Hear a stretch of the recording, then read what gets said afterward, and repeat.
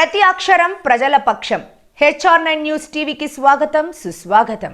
జిల్లా లేపాక్షి మండలం నాయనపల్లి పంచాయతీలో విస్తృతంగా వైఎస్ఆర్సీపీ ఎన్నికల ప్రచారం నిర్వహించారు.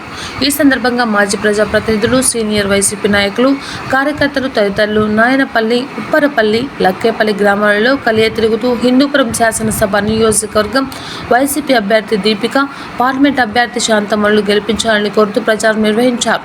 ఇంటింటికి వెళ్లి జగన్మోహన్ రెడ్డి అమలు పరిచిన సంక్షేమ పథకాల పట్ల ప్రజలకు వివరిస్తూ వైసీపీ అభ్యర్థులకు ఫ్యాను గుర్తుకు ఓట్లేసి గెలిపించాలని ఓటర్లకు విజ్ఞప్తి చేశారు.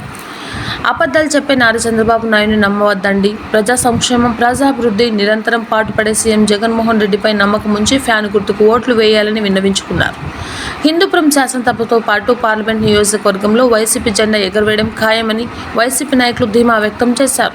సీఎం జగన్మోహన్ రెడ్డి రెండోసారి సీఎం బాధ్యతలు చేపడితే మరింత అభివృద్ధి చెందడానికి అవకాశం ఉందని, దీన్ని దృష్టిలో పెట్టుకుని ఫ్యాన్ గుర్తుకు ఓట్లు వేయించి గెలిపించాలని కోరారు.